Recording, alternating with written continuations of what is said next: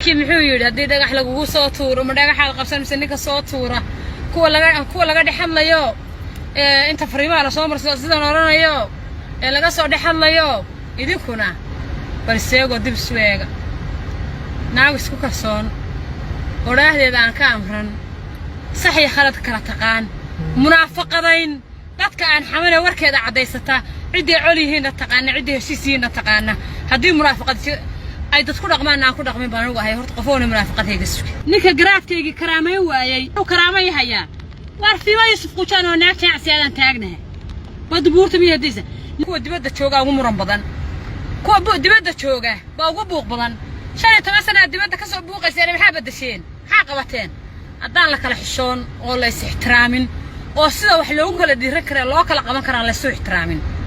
adeer waxay la tahay dhubanta dhexdiisa in la kala wareego la kala xishoodo la iskaraamaya way fiican tahay aniga idin imi ninoon harsiixin ima seexsaanay dadka weydka igu soo horeeyay war reerkaygaan taaganahay local baan taagnay naag maxamuud garaadanahay naag siyaad maxamuudanahay naag jacsiyaadanahay cid kasta oo laascaanood naf iyo maari ka gashay ninkii maal ka galay nafina kaga dhintay baa tiradeeda leh hadda waxa ku tala gashaan dhulbahantow kareyska siyaasadeed ee aad wajihi doontaan culayskiisa ragii keenay garaadada toojir gareeyo meesha aad marin doontaan horta ku fakara waan idin ogahayo